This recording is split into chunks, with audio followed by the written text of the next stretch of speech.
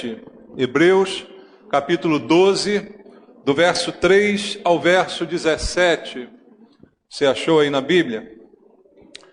A palavra de Deus diz assim: considerai, pois, atentamente aquele que suportou tamanha oposição dos pecadores contra si mesmo, para que não vos fatigueis, desmaiando em vossa alma. Ora, na vossa luta contra o pecado, ainda não tendes resistido até ao sangue, e estáis esquecidos da exortação que, como a filhos, discorre convosco. Filho meu, não menosprezes a correção que vem do Senhor, nem desmaies quando por ele és reprovado, porque o Senhor corrige a quem ama e açoita a todo filho a quem recebe. É para a disciplina que perseverais. Deus vos trata como filhos, pois que filho há que o pai não corrige? Mas se estáis sem correção, de que todos se têm tornado participantes, logo sois bastardos e não filhos. Além disso, tínhamos os nossos pais segundo a carne que nos corrigiam e os respeitávamos. Não havemos de estar em muito maior submissão ao Pai espiritual e então viveremos? Pois eles nos corrigiam por pouco tempo, segundo melhor lhes parecia. Deus, porém, nos disciplina para aproveitamento, a fim de sermos participantes da sua santidade. Toda disciplina com efeito no momento não parece ser motivo de alegria, mas de tristeza. Ao depois, entretanto, produz fruto pacífico aos que têm sido por ela exercitados, frutos de justiça. Por isso, restabelecei as mãos descaídas e os joelhos trôpegos, e fazei caminhos retos para os pés, para que não se extravie o que é manco, antes seja curado. Segui a paz com todos e a santificação, sem a qual ninguém verá o Senhor, atentando diligentemente, porque ninguém seja faltoso, separando-se da graça de Deus, nem haja alguma raiz de amargura que brotando vos perturbe, e por meio dela muitos sejam contaminados. Nem haja algum impuro ou profano, como foi Esaú, o qual por um repasto vendeu o seu direito de primogenitura, pois sabeis também que posteriormente, querendo herdar a bênção, foi rejeitado, pois não achou lugar de arrependimento, embora com lágrimas o tivesse buscado. Amém. Muito obrigado, Senhor, pela oportunidade de mais uma vez cultuarmos a Deus nesse lugar e termos a oportunidade de ouvir a Tua palavra. É ela que nós necessitamos nesse momento, Pai. Ela é o verdadeiro alimento, ela é que liberta de todo erro, de todo engano. É ela que nós queremos ouvir.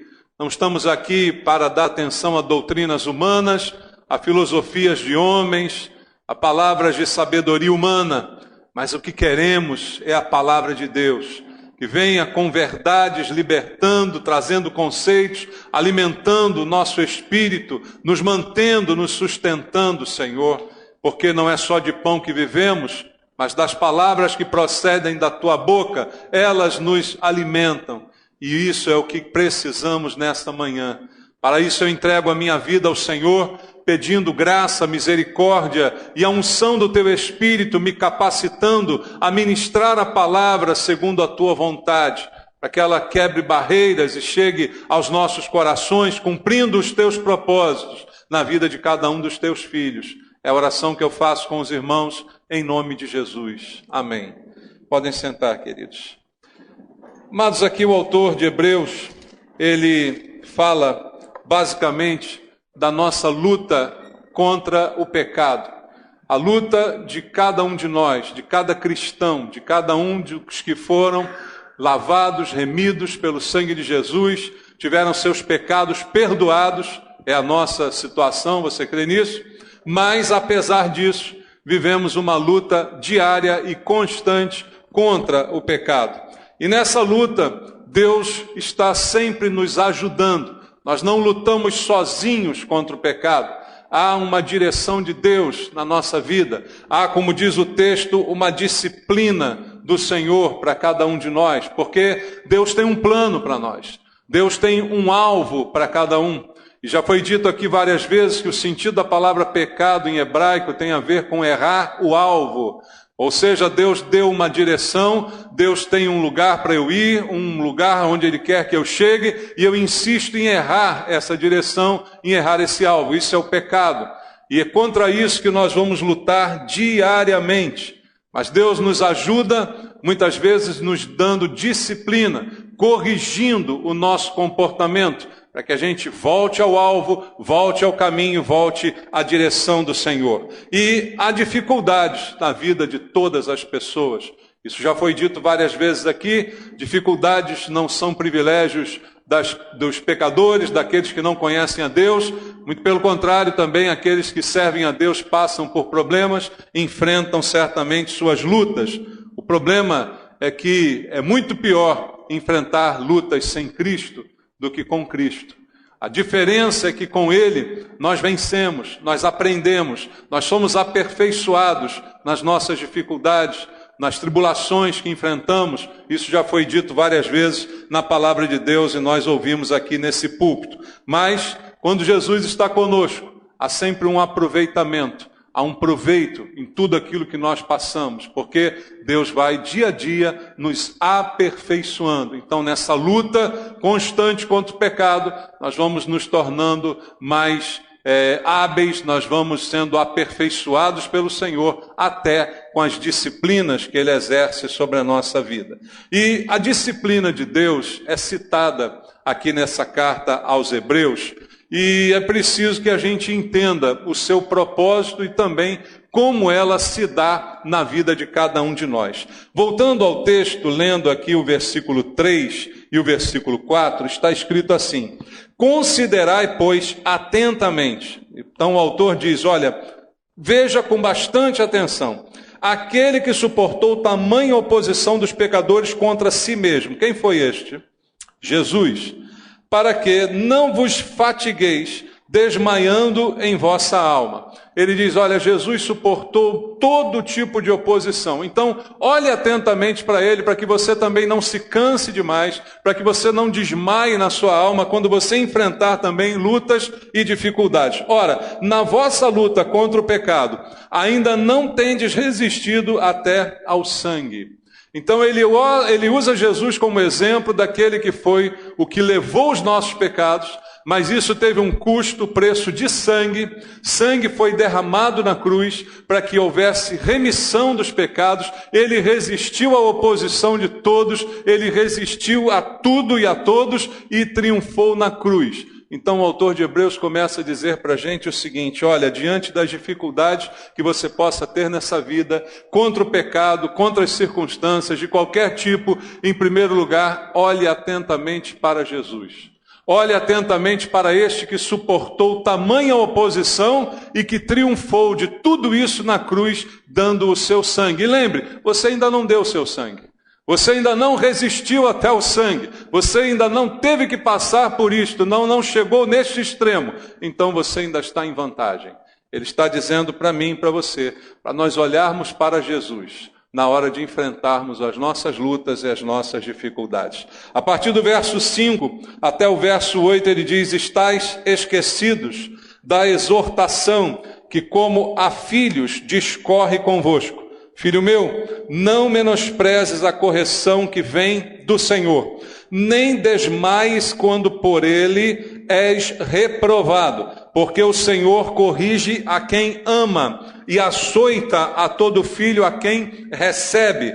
É para a disciplina que perseverais. Deus vos trata como filhos, pois que filho há que o pai não corrige? Mas se estais sem correção, de que todos se têm tornado participantes, logo sois bastardos e não filhos. Ele diz para nós, queridos, que a disciplina é como que uma prova do amor de Deus por nós, uma prova da nossa filiação. Ele chega a dizer que se nós não somos disciplinados, não somos corrigidos, nem filhos somos bastardos, porque não há um pai que se importe conosco. Não há um pai que nos corrija. Então, a evidência da correção de Deus, ela é uma prova da nossa filiação. É uma prova do seu amor por nós. Ele nos trata como filhos, diz o texto. E que filho há que o pai não corrija? A prova do amor está na correção. Embora isso para muita gente hoje soe estranho. Até porque vivemos num momento em que correção, disciplina está até se tornando algo errado. Né? Já se cria um ambiente onde não é mais necessário corrigir filhos. Já não é mais necessário repreensão. É isso que tem muitas vezes colocado na cabeça das pessoas, mas a palavra de Deus insiste. A disciplina correta, que vem de Deus. Não estou falando de agressões sem sentido, não estou falando de abusos, de nada disso, mas disciplina, que envolve muitas vezes algo que vai tolher o que eu quero, a minha vontade vai ser cerceada, vai ser dirigida, vou sofrer consequências, vou sofrer um castigo. Isso é bom, e isso vem da parte de Deus para nós. E é, segundo a Bíblia, uma evidência da nossa filiação. O fato de sermos filhos inclui a disciplina de Deus sobre a nossa vida e graças a Deus por ela. Porque ela é um auxílio que nós temos na nossa luta diária contra o pecado, contra as oposições, contra o mundo, contra Satanás, contra tudo. Deus está constantemente olhando para nós e nos corrigindo o nosso rumo, e isso nos ajuda a continuar caminhando. Ai de nós se formos deixados no mundo sem correção. É como um filho que é abandonado. E quantos hoje nós temos na nossa sociedade?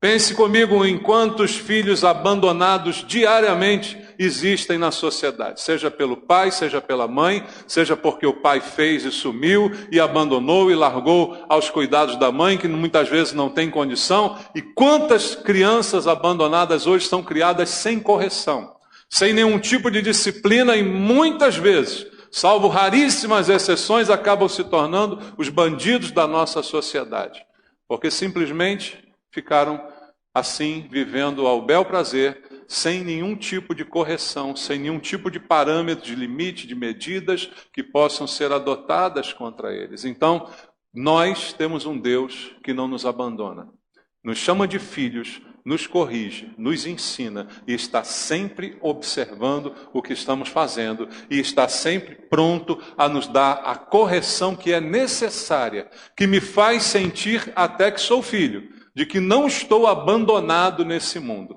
mas que tenho alguém que se importa e que cuida de mim. Veja, o versículo 9 diz: além disso, tínhamos os nossos pais, segundo a carne, nossos pais biológicos, que nos corrigiam e os respeitávamos. Não havemos de estar em muito maior submissão ao Pai espiritual, e então viveremos? O autor de Hebreus faz uma referência que para os nossos dias já está até meio caduca, não é? Porque hoje muita gente já não tem, como eu disse, pais que eduquem, já não tem pais biológicos que se importem, que corrijam. Mas ele cita, e aqui os mais antigos talvez possam concordar comigo, que nós tínhamos os nossos pais que nos corrigiam. Não é? E quantos de nós aqui fomos corrigidos? Às vezes até com algum exagero, não é? Mas fomos corrigidos. Às vezes até com alguma ignorância, mas fomos corrigidos, não importa. Mas havia uma disciplina sobre nós, e ai de nós se ousássemos discordar de uma disciplina exercida por um pai. Você é desse tempo que o pai só olhava e já estava você urinando, já acontecia assim, então você não cogitava aí a hipótese de dizer por que não quero, não, agora não, hoje não, agora, por que está me pedindo isso, por que está mandando? Ninguém falava isso. Mas a Bíblia diz que nós tínhamos esses pais e a gente, os mais antigos, respeitávamos, acatávamos as disciplinas, até quando eram erradas, até quando eram exageradas, até quando eram ignorantes, a gente acatava. E aí ele diz, será que nós não devemos muito maior submissão ao Pai espiritual que nós hoje temos, graças a Deus, irmãos? Queridos, o fato de sermos chamados filhos de Deus é uma bênção. O problema é que essa palavra está tão batida que todo mundo diz, todo mundo é filho de Deus, é coisa nenhuma. A Bíblia diz lá em João 1,12 que a todos quantos o receberam, deu-lhes o poder de serem feitos filhos de Deus, a saber, os que creem no seu nome. Então, o título Filhos de Deus foi atribuído por Deus àqueles que creram em Jesus. Então, só tem o privilégio de fato ser filho de Deus o que creu. E mesmo assim é filho, sim, mas adotado.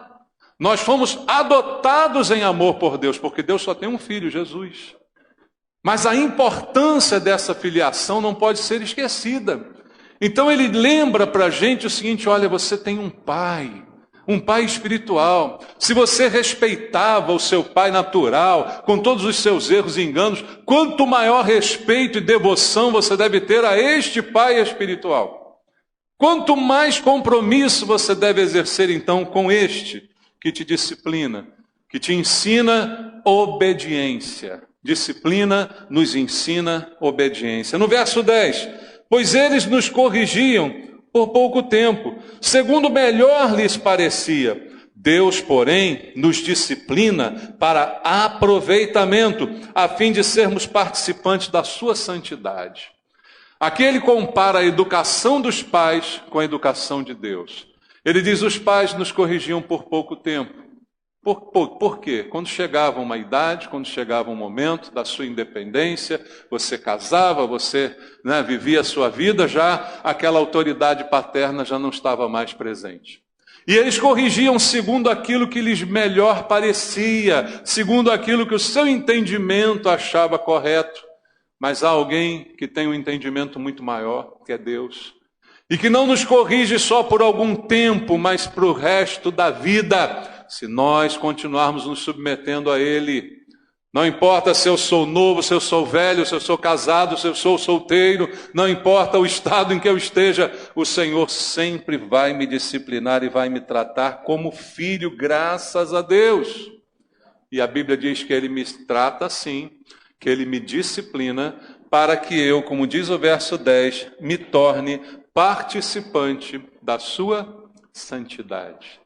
Deus é santo, e Ele diz: sede santos, porque eu sou santo. E como eu serei santo? Ele me disciplina para me ajudar a ser santo. Veja, para que eu me torne participante dessa santidade. Por isso a santidade nunca será um exercício pessoal que eu conquiste por meu esforço. Mas sempre há um envolvimento de Deus na santidade de cada um de nós. Nem que seja na correção e na disciplina. E às vezes a gente precisa apanhar um pouco para aprender o que é santidade. Para aprender o que é viver uma vida separada para Deus. Porque o mundo nos chama para Ele, o mundo nos atrai, não é? O mundo está sempre nos convidando. Mas Deus vem e nos disciplina, mais do que nossos pais, de uma maneira muito mais sábia e prudente, e para todo sempre, independente do tempo de casa que eu tenho, da idade que eu tenha, Deus está sempre me disciplinando para que eu me torne participante da sua santidade. No verso 11, ele diz: toda disciplina, com efeito, no momento não parece ser motivo de alegria, mas de tristeza. Ao depois, entretanto, produz fruto pacífico aos que têm sido por ela exercitados, fruto de justiça. E aqui ele diz o óbvio, né, irmãos? Porque a disciplina não é agradável. E uma frase bem batida, que a gente não gosta de ser corrigido, né? E um de nós gosta, sempre há uma coisinha na gente, um orgulhozinho, né? Poxa, o cara me corrigiu. O outro diz assim: quem ele pensa que é, né? Para falar assim comigo, para me chamar a atenção, poxa, né? Me corrigiu. Então nenhuma disciplina é recebida com um bom grado. Você que respeitava seus pais antigamente e que de vez em quando levava uma boa surra, você gostava disso? Você dizia: ah, que bom, papai me bateu hoje. Ah, que gostoso, estou todo lanhado. Você falava isso? Não, não falava. Você ficava triste, revoltado, às vezes pensava assim: ah, eu quero trocar de pai. O pai do fulano que é bom. Ah, eu queria que o meu pai fosse igual a ele. E a gente não gostava, e não gosta até hoje. Ninguém gosta de apanhar, ninguém gosta de ser corrigido, ninguém gosta de ser chamado a atenção. E é interessante isso no mundo que a gente vive, porque às vezes até quando nós sabemos que estamos errados, quando alguém chama a nossa atenção, a gente se revolta. Eu já vi isso na rua, às vezes em experiência aí do dia a dia. E o cara outro dia botou na internet, né, um desses youtubers aí que filmam e fazem pegadinhas, né? Ele botou na internet um vídeo dele repreendendo alguém que parou com seu carro na vaga de idoso. E não era idoso. E ele chega para a pessoa: vem cá, por que você está parado aí? Você não é idoso. O cara está errado. Mas quem é você para me chamar a atenção? Todo mundo erra, todo mundo para, agora você vem aqui brigar comigo. Nós somos assim ou não somos? Nós somos assim. A gente não gosta de ser repreendido, nem quando a gente está errado, a gente sabe que está errado. Mas Deus nos disciplina. E ele diz aqui no texto que parece motivo de tristeza, não é de alegria, mas depois haverá um fruto pacífico, um fruto de justiça. Talvez muitos de vocês mais antigos, eu digo vocês porque eu sou novo, tá? 55 aqui com cara de 30, mas vocês mais antigos, talvez muitos de vocês escaparam de ser pessoas ruins pela disciplina que tiveram dos pais. Escaparam de roubar, escaparam de cometer delitos, porque um dia o pai ensinou que era errado roubar, talvez com exagero, talvez dando uma surra que você ficou até marcado, mas você aprendeu com isso. Então há um fruto de justiça, há um fruto pacífico que depois será aproveitado por você mesmo. Você colhe esse fruto que foi plantado lá atrás pela disciplina de um pai e de uma mãe, e agora sempre por Deus, para nós que somos filhos. Há um fruto que nós mesmos vamos colher da disciplina que Deus exerce sobre a nossa vida. E essa disciplina é acompanhada, como eu disse, da direção de Deus, para que eu não erre o alvo. Deus tem um plano bom para você. Deus tem um plano bom para mim. Deus tem um caminho para cada um de nós. Deus quer que a gente chegue a um alvo, a um resultado. E esse plano é bom. Qual o pai que deseja o mal do seu filho? Qual o pai que deseja que seu filho fracasse na vida? Deus deseja que eu chegue a um bom lugar. Ele tem um plano para mim, mas às vezes eu insisto em errar o alvo. Eu insisto em não ir pela direção que ele traçou. E o autor de Hebreus também diz a partir do verso 12: por isso, restabelecei as mãos descaídas e os joelhos trôpegos, e fazei caminhos retos para os pés, para que não se extravie o que é manco, antes seja curado. Caminhos retos é o que nós estamos perseguindo, uma vida reta, uma vida de retidão, sem curvas, sem atalhos, né? Sem subterfúgios, sem enganos. A vida de um homem, de uma mulher de Deus deve ser uma vida reta, em que ninguém possa acusar de nada, em que não haja acusação contra nós, porque estamos vivendo uma vida de retidão. Há um inimigo que tenta o tempo todo nos tirar do caminho, tempo todo oferecer um atalho, um desvio, oferecer um caminho que parece mais fácil, mas é tortuoso. O tempo todo quer nos tirar da direção. E a nossa luta contra o pecado, como disse o autor de Hebreus, é permanecer nesse caminho, é permanecer nessa retidão. Por isso ele diz: restabeleça as mãos que estão meio fracas, os joelhos que estão fraquejantes, restabeleça isso e comece a andar um caminho reto. Se o teu caminho não é reto até o dia de hoje, não importa o passado, mas comece hoje um caminho reto. Comece hoje a acertar, comece hoje a corrigir o rumo da sua vida. É o que o Senhor está propondo para nós como uma direção. E aí ele diz no verso 14: ora, segui a paz com todos e a santificação, sem a qual ninguém verá o Senhor. É uma consequência desse caminho reto, seguir a paz com todas as pessoas.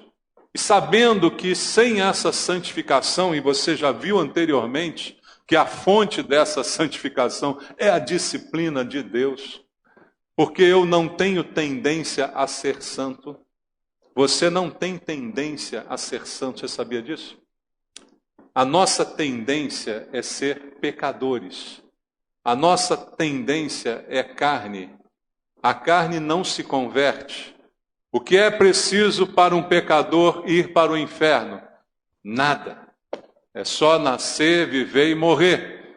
Esse é o desenvolvimento natural de toda a humanidade, condenada por sua natureza ao afastamento de Deus. Até que um dia, então, somos resgatados desse caminho e levados para um novo e vivo caminho, que é Jesus, que que nos leve então ao Pai. Mas o destino de cada um é o inferno, porque nossa tendência é o mal. Nós tendemos para o mal constantemente. Esse é o nosso caminhar. Mas a proposta de Deus é a nossa santificação, através da disciplina que Ele tem sempre exercido sobre nós, para que eu participe da sua santidade, porque sem ela ninguém verá o Senhor. Então eu posso estender esse conceito dizendo que sem essa disciplina eu não consigo chegar lá. Sem essa disciplina, esse cuidado de Deus como pai, já para mim que sou filho, eu não conseguiria chegar lá. Mas sem ela, ninguém verá o Senhor. Então, ser disciplinado é prova de filiação, como disse Hebreus, é prova de amor, é prova de cuidado. Ser disciplinado, ser corrigido por Deus, é para eu acertar o alvo, é para eu acertar a direção da minha vida, para eu aplainar os meus caminhos, para que o meu caminho não seja mais tortuoso, seja um caminho reto diante de Deus, que eu seja um homem, uma mulher de retidão. Isso é algo que nós temos que trazer para a nossa vida constantemente. Só que o autor de Hebreus vai falar a partir de agora, irmãos, que isso é o plano de Deus. E a gente está conhecendo. Mas paralelo ou em oposição ao plano de Deus, há o plano maligno. Sabia disso? Há um adversário, há um inimigo, que trabalha constantemente para que o plano de Deus não se cumpra. Você já deve ter lido na Bíblia a palavra de Deus dizendo que a vontade de Deus é que todos sejam salvos. Essa é a vontade de Deus. Mas é uma vontade que não se realiza plenamente. Porque Deus deu ao homem a liberdade de escolha, de arbítrio, e muitos escolhem não ser salvos, porque simplesmente se recusam a andar pelo caminho que Deus mandou. Jesus disse, eu sou o caminho, a verdade e a vida. Ninguém vem ao Pai a não ser por mim. Então não há outro caminho. E eu insisto em achar que há um outro caminho mais bonito, que há um outro caminho mais leve, que há um outro caminho mais curto. O homem decide o seu caminho. Então, embora Deus queira salvar, muitos não são salvos. Porque há um inimigo também de nossas almas que trabalha constantemente contra nós para nos oferecer opções. Muitas vezes eu imagino Satanás como um grande garçom com um imenso menu em suas mãos, dizendo escolha. Você fica até perdido diante de tanta coisa boa que ele tem para oferecer. Quem acha que Satanás só tem coisa ruim para oferecer, está redondamente enganado. Muito pelo contrário, ele tem muita coisa boa no seu cardápio para ser oferecida. Só que são iscas. Se você que pesca, alguém pesca aqui? Eu não pesco, mas eu já vi gente pescando. Se você colocar isca ruim, o peixe vai? Não, não vai. O peixe é atraído pela isca, e a isca tem que ser boa, ela tem que ter cara que está viva, ela tem que ser suculenta, ela tem que ser saborosa. Até a isca morta, ela tem que parecer viva para o peixe ir lá e beliscar. Então Satanás tem um menu enorme para todos nós, oferecendo das coisas mais maravilhosas que você possa imaginar, como ele abriu esse menu diante de Jesus, você lembra disso? Quando Jesus é tentado no deserto, o que Satanás faz? Ele abre o menu e diz aí, escolhe, você está com fome? Manda essas pedras se transformarem em pães. Você pode fazer isso e matar a sua fome? Olha, tudo isso te darei se você prostrado me adorar. Pula daqui do alto, porque ele dará ordem aos seus anjos e tal. Opções que ele nos dá nesse seu infindável menu. Então há uma oposição ao plano de Deus para mim. Há uma oposição ao caminho que Deus traçou para mim. Por isso Jesus disse, entre pela porta estreita, escolha o caminho verdadeiro, largue a porta, espaçoso o caminho que conduz à perdição. Muitos entram por esse caminho, mas você entre pela porta estreita, entre pelo caminho estreito. Mas é um caminho que vai te levar, é o único que vai realmente te levar à presença do Pai. Então, apesar de toda a disciplina de Deus, apesar de todo o plano bom que Deus tem para nós, há um plano contrário. Há um plano contrário que constantemente nos ameaça que constantemente nos faz recuar, perder tempo e até cair no pecado. Por isso a nossa luta, como disse o autor de Hebreus aqui, logo no início da mensagem, a nossa luta contra o pecado, como ele diz no verso 4, ainda não resistimos até o sangue. Há uma luta contra o pecado. Jesus levou os pecados, sim, levou os pecados, mas isto não diminui a minha luta contra o pecado. Eu já te mostrei as razões para essa afirmação. E Ele mesmo está nos disciplinando para que a gente vença e seja participante da santidade de Deus. Mas a oposição à direção de Deus, ela existe. A oposição ao que Deus quer fazer na nossa vida existe. E o autor de Hebreus começa a falar disso um pouquinho no versículo 15. Ele diz assim: atentando diligentemente, ou seja, cuidadosamente, para que ninguém seja faltoso, separando-se da graça de Deus. Nem haja alguma raiz de amargura que brotando vos perturbe, e por meio dela muitos sejam contaminados. Uma das oposições que ele coloca aqui a esse plano de Deus é alguém ser achado faltoso, alguém ser achado em falta. Que você não seja achado em falta. Que tudo que falte em você seja suprido por Jesus. A gente não vai entrar no céu pelos nossos méritos, pelos méritos de Jesus. Então aquilo que me falta precisa ser suprido por Jesus. E para ser suprido por Jesus, só se eu tiver com Ele um relacionamento. E ele logo em seguida diz também algo que muitas vezes se torna uma oposição à direção de Deus para nós. Ele diz, olha, não haja alguma raiz de amargura que brotando vos perturbe por meio dela, muitos sejam contaminados. Essa palavra raiz de amargura, ela sempre chama a atenção, porque ela fala de algo que ainda não está manifesto, tanto que logo depois ele diz que uma raiz que brota. Antes da raiz brotar, ela já existe embaixo da terra. Aí chega um momento que ela brota, ou seja, ela sai, e ela aparece, ela se deixa evidenciar. E o cuidado que ele diz é que nós não podemos permitir que haja essa raiz de amargura, porque se houver, ela vai brotar. E se ela brotar, ela vai contaminar.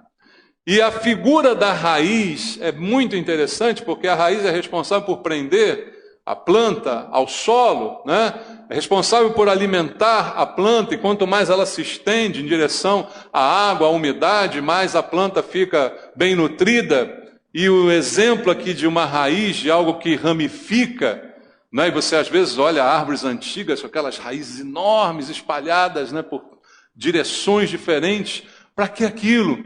Para que ela tenha mais fontes de sustento, né? E a raiz muitas vezes ela é assim, ela se ramifica, ela atinge várias áreas, aí trazendo para o lado mal da raiz de amargura, ela começa a atingir várias áreas da nossa vida, porque também se estende, se ramifica, vai se dividindo, vai se partindo e contaminando tudo que está ao nosso redor.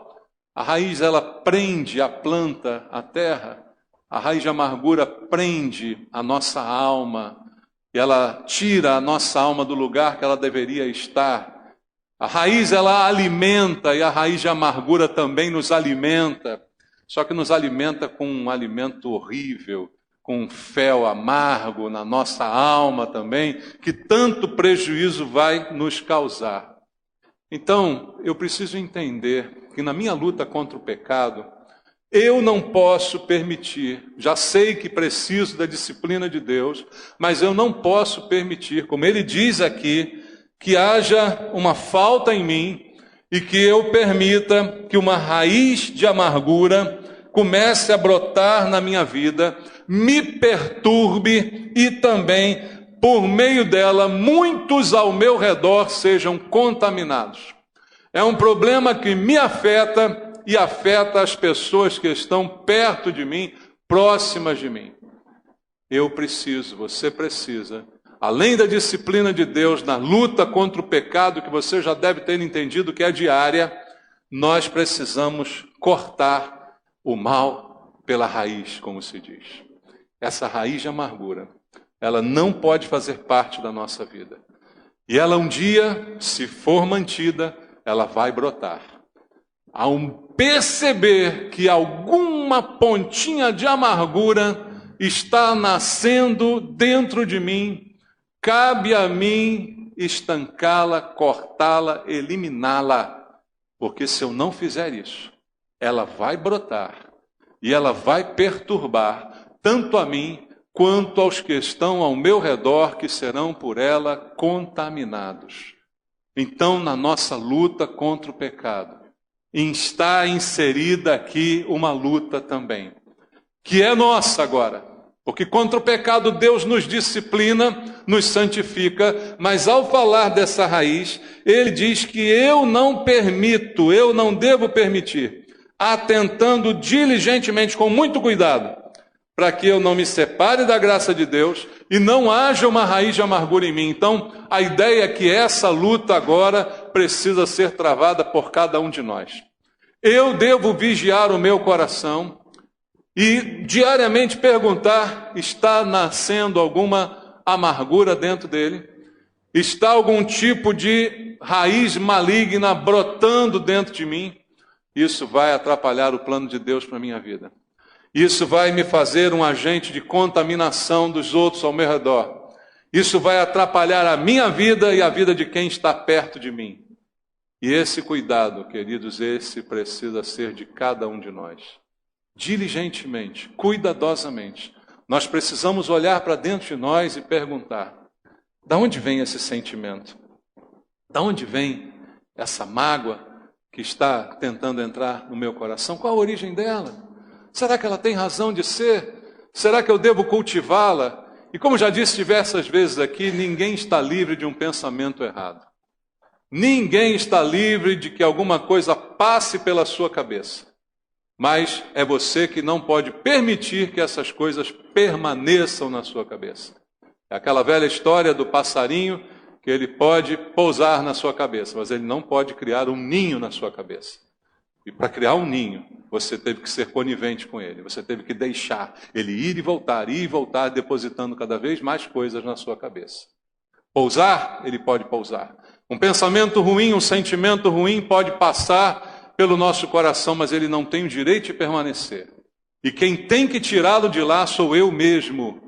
Eu preciso olhar para mim mesmo, julgar a mim mesmo e perceber: este sentimento aqui não pode estar aqui. Não importa o que outro tenha feito comigo, eu não posso me amargurar a ponto de azedar a minha existência. Porque aquele que me fez mal ou me prejudicou, nada sentirá. Mas eu é que vou sofrer. Como já disse aqui algumas vezes, você ter esse tipo de raiva, de ressentimento de alguém, é como você tomar veneno e esperar que a outra pessoa morra. Mas quem vai morrer é você, porque quem está tomando veneno é você. E o veneno que você toma, a amargura que você sente, em nada fere aquele que te magoou ou te feriu. Então eu preciso cuidar do meu coração, de maneira que não nasça dentro dele essa raiz. Porque essa raiz, uma vez cultivada, um dia vai brotar. E quando ela brotar, ela vai me perturbar. Ela vai perturbar todo mundo que está ao meu redor. E eu serei uma pessoa amargurada. E eu não sei se você já teve a infelicidade de conviver com alguém amargurado, de ter contato constante com alguém amargurado. É uma experiência muito ruim. Porque a pessoa tenta de toda forma amargurar você também. Porque ela não quer viver amargurada sozinha. Esse é o problema da raiz de amargura. Ela brota e ela perturba. Outra coisa que atrapalha também a direção de Deus para a nossa vida está no versículo 16, logo em seguida. O autor de Hebreus diz assim: nem haja algum impuro ou profano como foi Esaú, qual por um repasto vendeu o seu direito de primogenitura. Eles, além de você não poder ter essa raiz de amargura, não permita também que você seja impuro ou profano.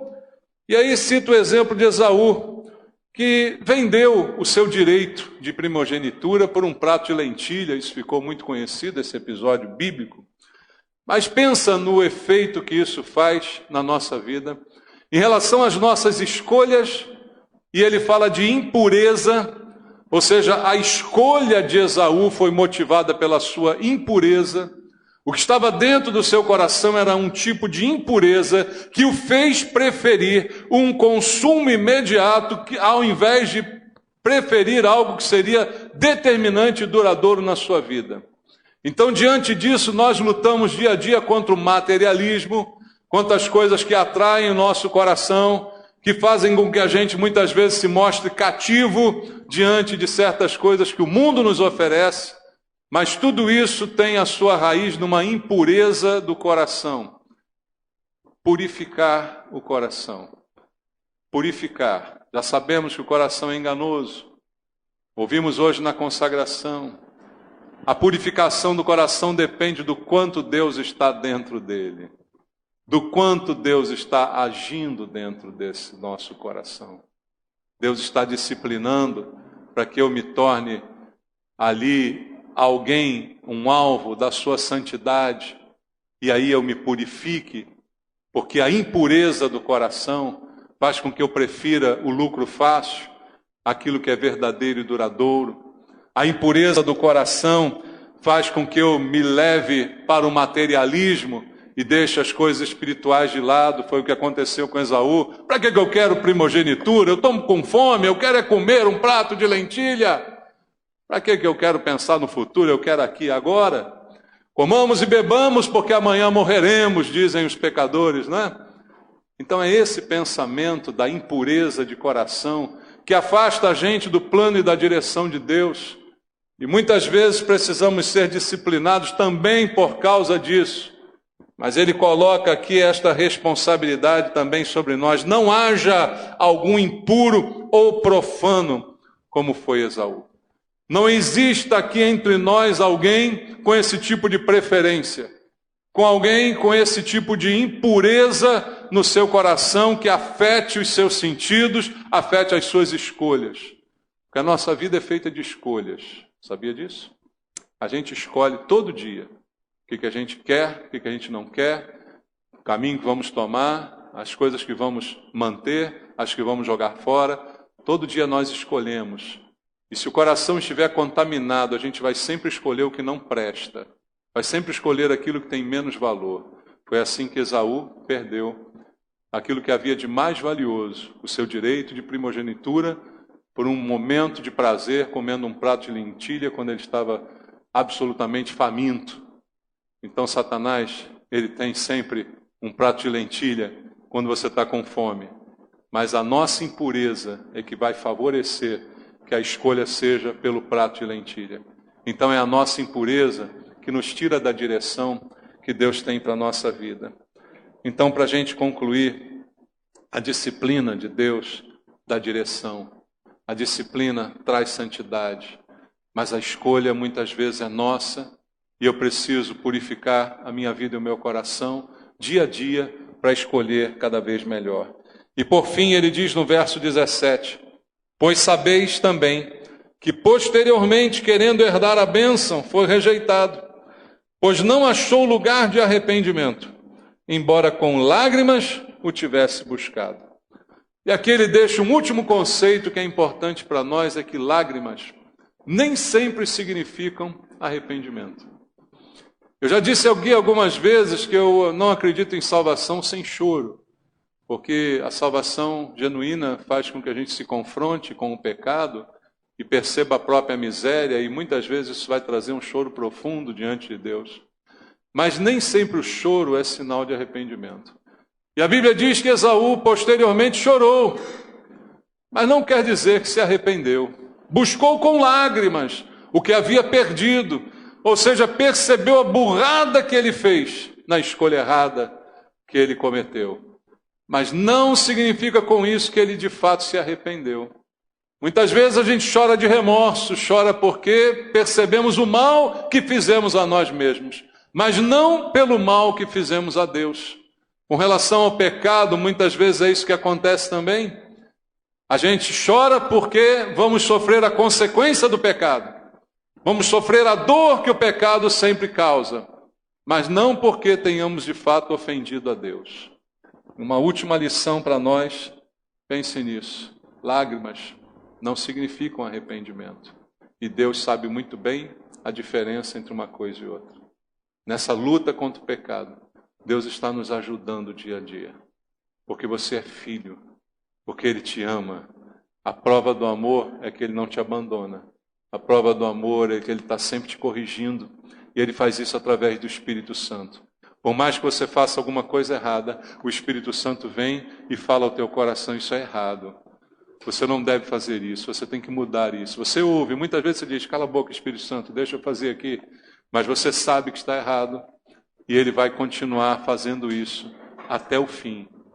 Mas a responsabilidade pela raiz de amargura, pela pureza do coração, ela é de cada um de nós. E Deus nos deu as ferramentas para que a raiz seja cortada e para que a pureza seja mantida no nosso coração.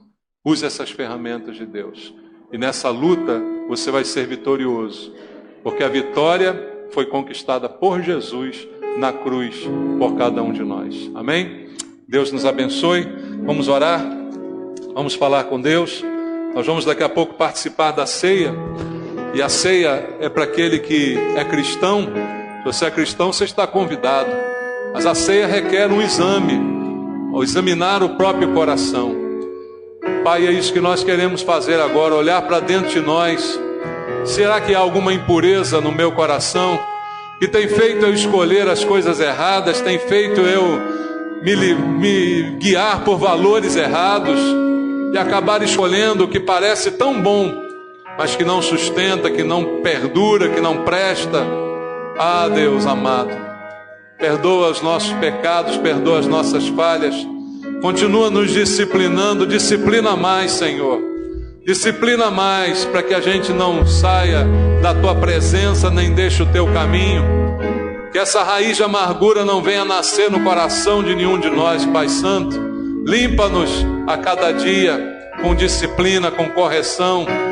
Oh Deus Santo, bate com força se for preciso, porque é melhor para nós, para o nosso caminhar, a nossa santificação. Tem misericórdia, Pai. É o que eu te peço por mim e por meus irmãos, em nome de Jesus. Amém.